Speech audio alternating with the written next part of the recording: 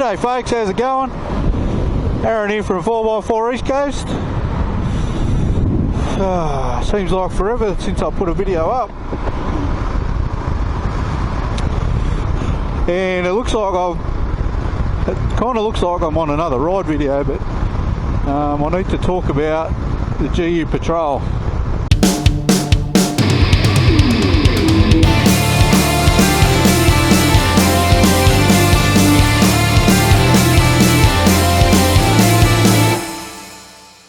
Hey, what's going on here?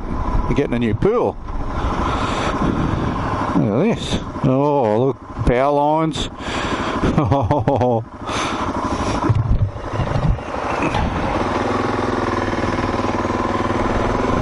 Thanks, mate.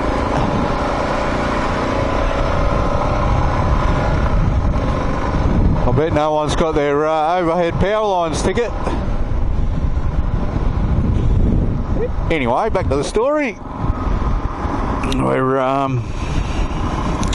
couple of months ago, June long weekend.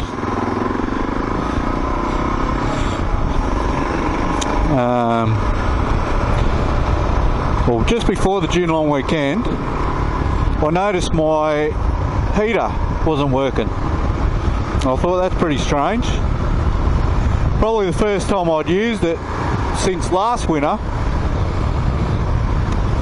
So I had a look and I was a bit low on coolant, so I topped the coolant up and that fixed the heater problem.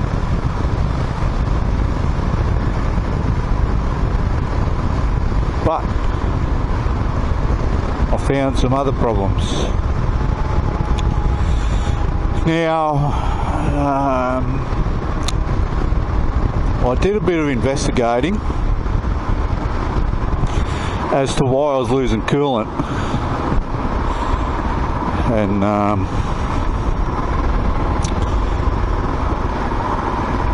you probably guessed by now where I'm going with this. But yeah, what was happening was the coolant was over pressurising to the point where it was pushing a lot of coolant back into the overflow bottle. I don't know if you're not familiar with the GU Patrol. They've got the main radiator, and then they've got a surge tank that's connected to the radiator, and then just below the surge tank is an overflow bottle. So the surge tank has the pressure relief cap on it, the radiator cap, and there was too much pressure building up and the coolant was overflowing into the overflow tank, which is what happens when the car gets hot, which is fine. But the problem is it's not pulling the coolant back into the surge tank, back into the system when it cools down. It creates a vacuum. That's why it builds up pressure in the coolant system, and then when it's cooling down, creates a vacuum, sucks the coolant back in, which means you shouldn't have to really top it up, only periodically. But which means I had another problem. So I went on the old Dr. Google and typed in all the symptoms, and a few forums came up where it was all pointing to the one thing, which is the head gasket or the head, cracked head. So I took it to my local mechanic who I use and I trust. He's a good bloke, and he did a pressure test on the coolant system. Came back negative. He did a combustion gas test on the coolant system. That came back negative. And I'll just get past this bus. So anyway, he reckons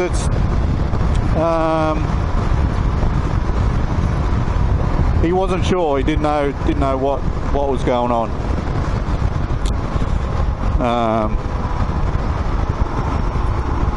So I threw some Newlon head gasket repair goop in because I had a trip planned. I was going out to I was heading out to Mudgee, and I was towing the bike out to Mudgee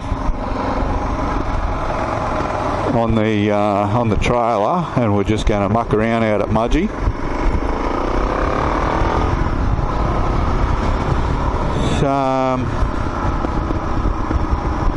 So anyway, I had to top it up a few times on the way out there. Ended up swapping the trailer onto someone else's four-wheel drive just so I didn't have as much weight on, and it kind of made it home pretty good. When I got home the next day, I checked the overflow bottle, and it had actually sucked it back into the point where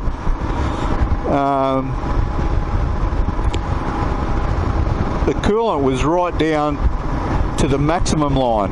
Now, the way it has been is that the coolant's been hitting right up to the top of the overflow bottle cap, and then pushing out of the cap. There's been that much pressure in it. So I thought that was a good sign. So that was a few weeks ago, and it's been sometimes the next day the overflow bottle will have heaps of coolant in it, and then the next day you drive it sucked it back in. So I don't know what's going on with it. The only thing in the coolant system I haven't replaced is the thermostat, but you'd think if the thermostat was buggered, it'd be showing up some sort of temperature difference on the temperature gauge in the cab, and it's not doing that. The temperature gauge in the cab's just staying where it should be. So it sort of got me baffled. But now this morning I went to start the car, went to start the patrol, and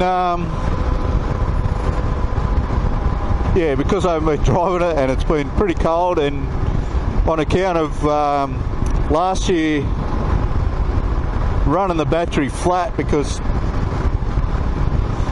the alternator was stuffed, and I ended up putting a new alternator in it, but I haven't replaced the battery, just waiting on it to go. The battery's kicking over, just doesn't have enough charge in it to fully kick the patrol over, so I'm going to buy a new battery charger, a better one than the one that I've got. The one that I've got is a 2700 milliamp battery charger. The one I'm going to look at buying is a 21 amp battery charger, so it should charge it a little bit quicker and it's like a 9-stage battery charger or something like that. So that brings me to why I'm riding the bike today on this bloody gorgeous day. Check it out. So I'm just about at the shop. I've got probably another kilometre to go, and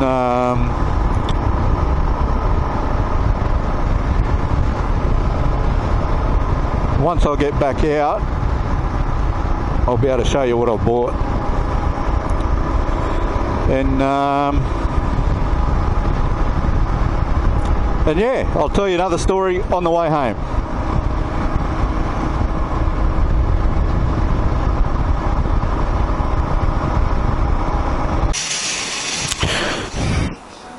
So this is the one I bought. 21 amp, 6-stage battery charger. Just hope it fits in my bag. It was it's on special for $1.99, so I thought that's alright. That'll do me.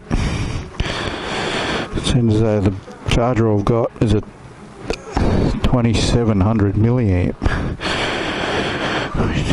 which takes forever even to charge little bike batteries. Alrighty, so I was meant to go next weekend.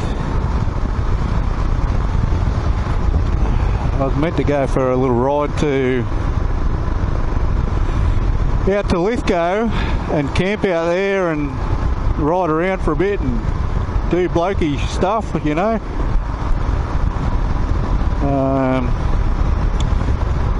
But my mate Charles Spadowski, who you've seen on this channel before, had a little fall last weekend and so he can't make it, and he was the one that had asked me to go, so I still might do something yet. I've got it in my head that I want to go and do something now that the restrictions have lifted a bit. So all depends on how my patrol goes. So what I'm going to do, well, actually, I'll tell you about this. I'll finish that story first. So when Charles asked me to go to Lithgow a couple of weeks ago,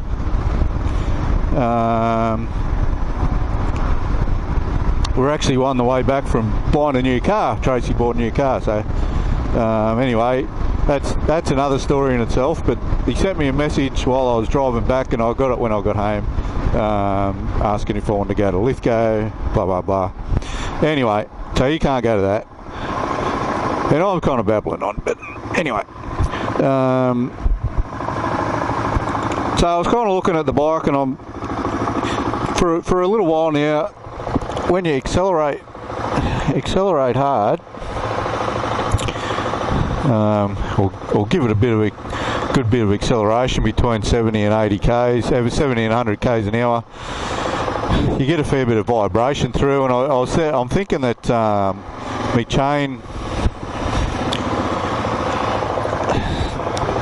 chain's getting a bit stiff. It is.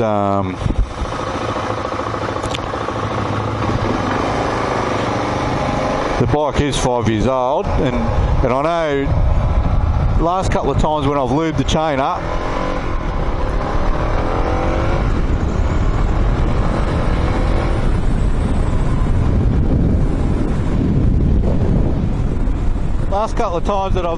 when I've lubed the chain up, you can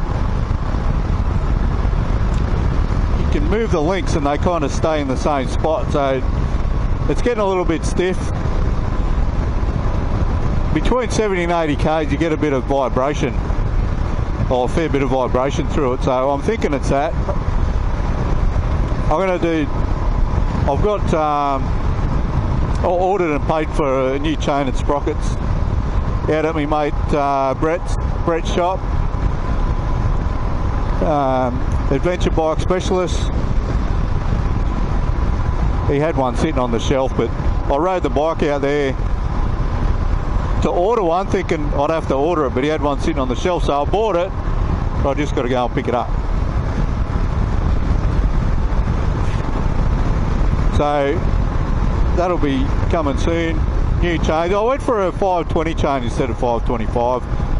They're a little bit lighter, and you know, you still get 3 or 4 years out of them, so I mean, can't be that bad. So anyway, that's that little story. What else have I got to tell you? Oh yeah, Tracy bought a new car. We went down to Sydney one afternoon after work, and it was dark when we got there because it's winter time and it gets dark pretty early. So we got there at 6:30, and so she bought a second-hand Mazda 3, which will be good because she struggles a little bit with the manual in the Holden Jackaroo that she's got, and her knees are playing up a bit, so the good old automatic. Ooh, let him go. I don't want to get run over. So I'm just going to duck home.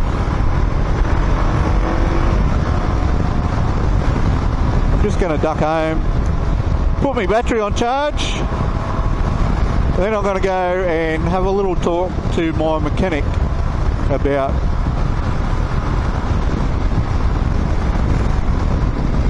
the next step.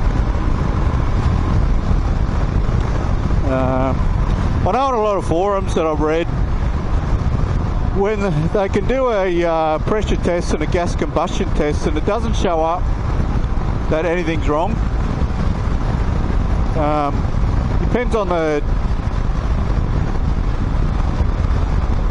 the severity of the crack in the head gasket. So I'm not sure if the next step is actually to pull the head off, which in itself is probably, you know, a $500 job just to pull the head off. So who knows?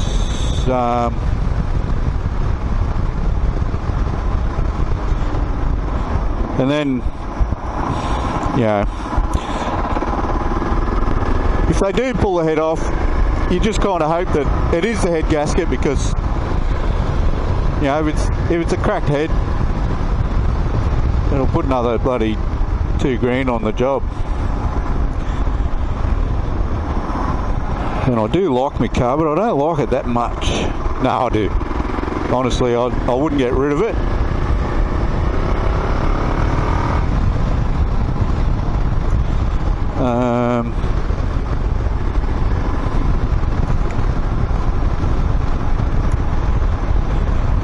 And I contemplated just doing a mediocre fix and selling it, but there's two problems with that. I just can't bring myself to selling the car like that, even if it costs me $3,000 to fix it. I just can't for the life of me sell the car in that condition if I know that there's something wrong with the head gasket, unless obviously I tell the people that that's the problem, that I think that's the problem, and they agree to buy it still anyway. But then I'd be losing money on it anyway. You know, you'd be losing the $3,000 on the sale. So I'm better off fixing it. And the other side of it is that I just don't want to go into. I'd have to go into debt to buy another car. Now, obviously the cars that I want are out of my price range. The cars that I would want to replace it, they're kind of out of my price range. So I'd still be looking around, getting into debt for around $20,000, and for me that's a lot of debt.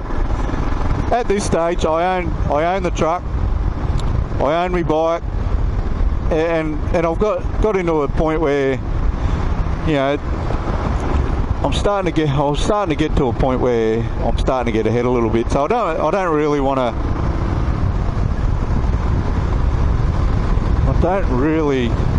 to get into any more debt. So I've got the money there. If it comes to $3,000 or $4,000 to fix the head gasket, then so be it. But I know my mechanic's not going to jip me. He's a good bloke. I've known him for a little bit now.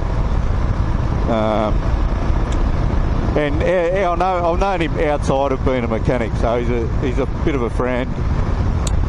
So anyhow, I'm just about home. Hope I haven't bored you too much. I just wanted to get this video out. Okie doke. I'll catch you on the next video. I hope you have a lovely day.